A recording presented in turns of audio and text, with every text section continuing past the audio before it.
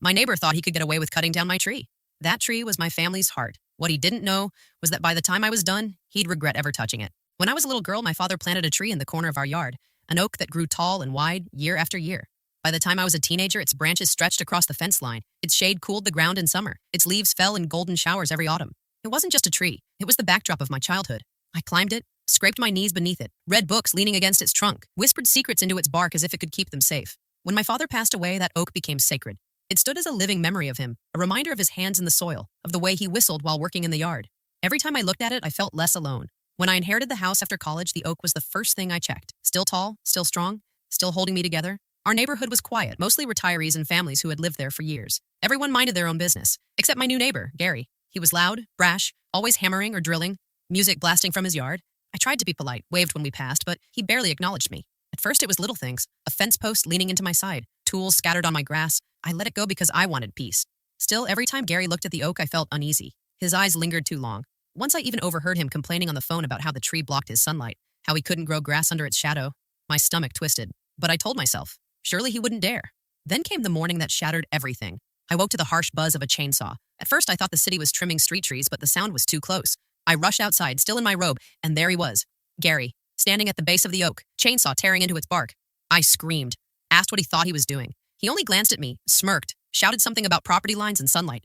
Branches cracked and fell heavy to the ground. I stumbled forward, but he raised a hand as if to stop me. The growl of the machine drowned my words. Then, splintering wood, a shudder through the earth, and the oak collapsed in a storm of leaves and dust. I froze. Tears stung my eyes as I stared at the stump where my father's memory had stood. Gary shut off the chainsaw, wiped his hands, and walked back to his house without a word. In that moment, I knew he hadn't just cut down a tree. He had taken something from me that he could never replace. And this wasn't over. Would you forgive a neighbor who destroyed something precious to you? I stood staring at the empty space where the oak had been, anger burning through the grief. My hand shook, but I marched straight to Gary's door and pounded until he opened it. He leaned against the frame, smug, like he'd been waiting. You destroyed my tree, I said. My voice cracked, but I forced it steady. He shrugged. Half of it was over my line. It blocked my sun. I had every right. No, I snapped. You had no right. That tree was on my property. Gary smirked, folding his arms. Prove it. The words hit like a slap. I wanted to scream, but instead I forced myself to breathe. I will. His smirk widened as if this was a game he'd already won. Then he closed the door in my face. I stood there, trembling, heart pounding, every nerve screaming to kick the door down. Instead, I turned away. Rage and grief tangled inside me, but beneath it all, something sharper grew.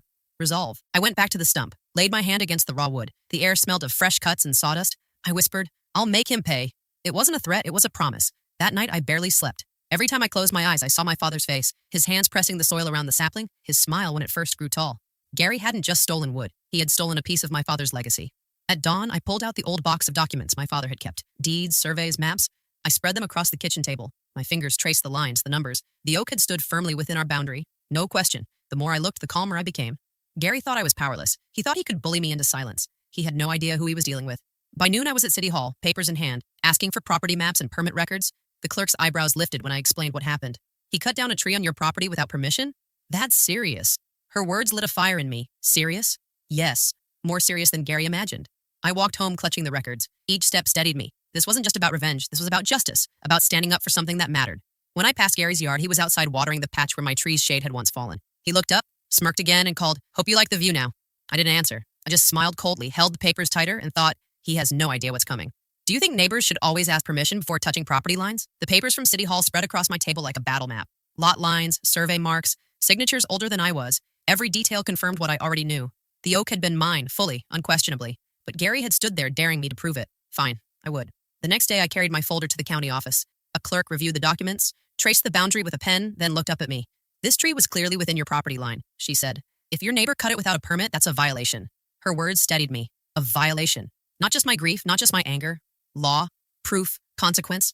She handed me copies stamped and signed. My arsenal was growing. Back home, I walked the yard, photographing everything. The stump, the sawdust, the broken branches still littering the grass. I took close-ups of the fresh cuts, wide shots of the empty space where shade once fell. Every image told the same story. Destruction without consent. I called Maria, my friend from down the street, the one who always noticed everything. She came quickly, lips tight with fury when she saw the stump. I saw him out here yesterday, she told me. Chainsaw in hand, all puffed up like he owned the world. He didn't care who saw her statement was gold. A witness. I wrote down every word. Later, as if fate wanted to hand me more, Mrs. Parker from across the road shuffled over. She was old, sharp-eyed, and opinionated. I told that man not to touch your tree, she said, her voice trembling.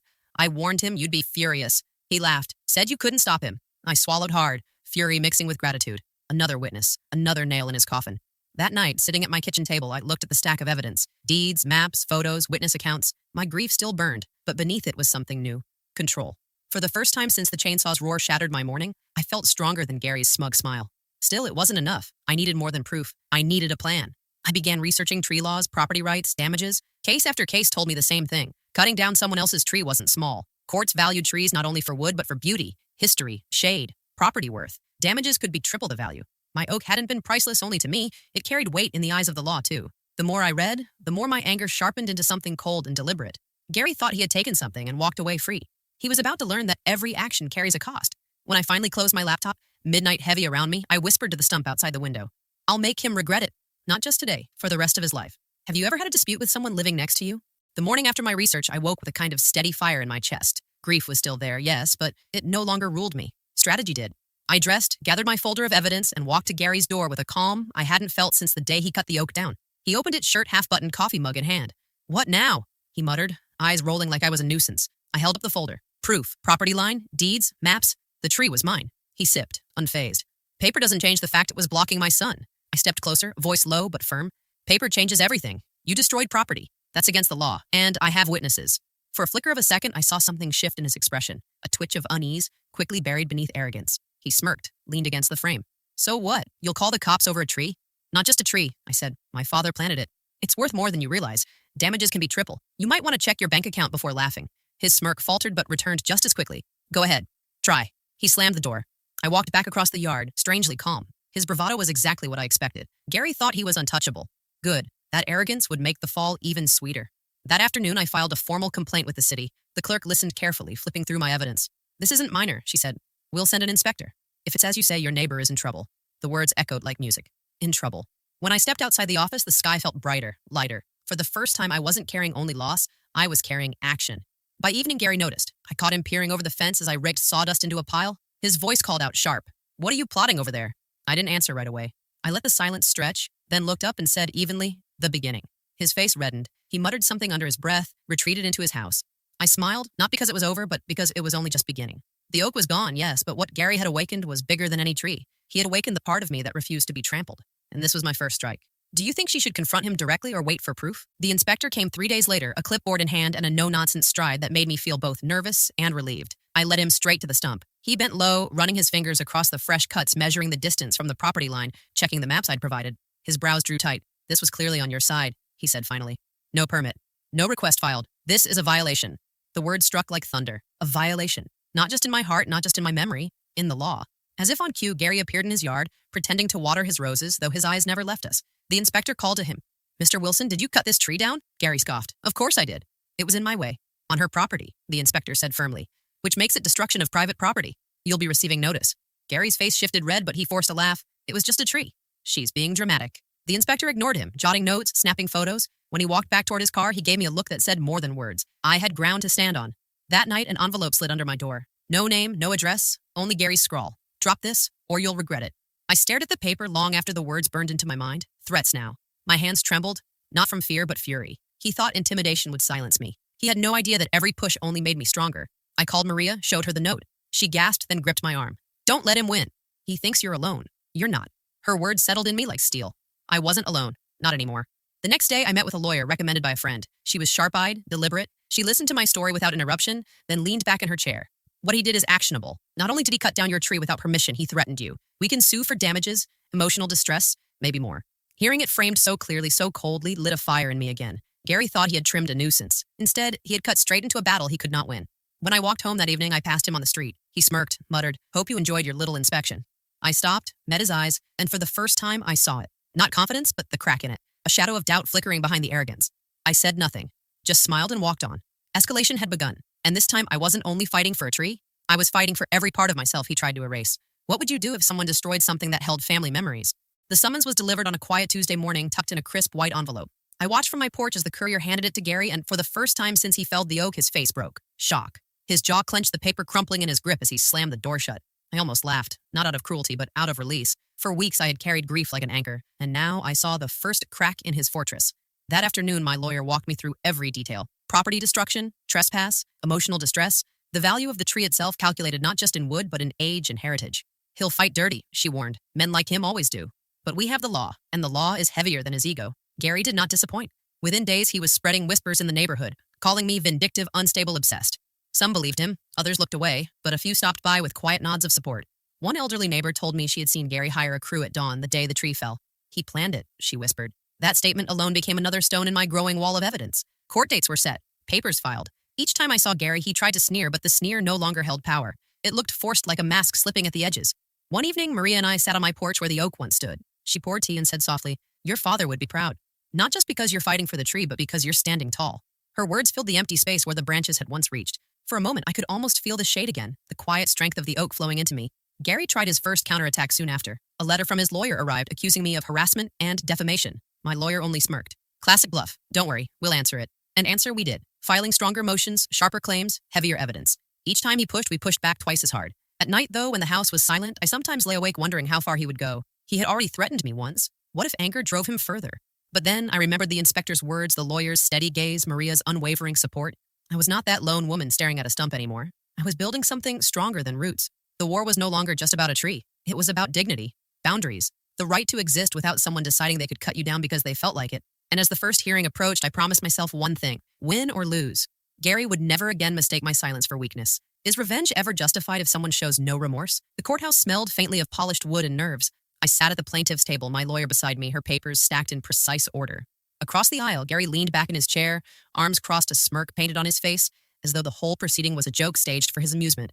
The judge entered and the room rose. My heart pounded, but my spine held straight. This was not just a fight for a tree. This was the moment I drew a line between what had been taken from me and what I refused to surrender. The opening arguments cut through the silence. My lawyer's voice rang clear, steady, deliberate. She spoke of property lines of evidence of the oak's age and value. She described the emotional toll, the deliberate trespass, the arrogance of believing rules did not apply. Each word felt like a root tightening into the soil of truth. Gary's lawyer countered with bluster. He called me unreasonable, claimed the tree was a nuisance, shading Gary's garden, dropping leaves onto his yard, lowering the value of his home. Gary nodded vigorously at each word, as if agreement could make lies real. Then came the witnesses. Maria stepped forward, her voice unwavering. She described my care for the oak, the joy it brought, the day she saw Gary's hired crew dismantling it without permission. Another neighbor followed, confirming the same. Their words built a wall brick by brick, while Gary shifted in his seat, his smirk cracking. When I was called to testify, my throat tightened, but I found my rhythm. I spoke of my father who planted the oak when I was a child, how it grew with me, how I had fought storms to keep it standing. I told the court how I felt watching Gary's men slice through its trunk as though they were cutting through years of memory.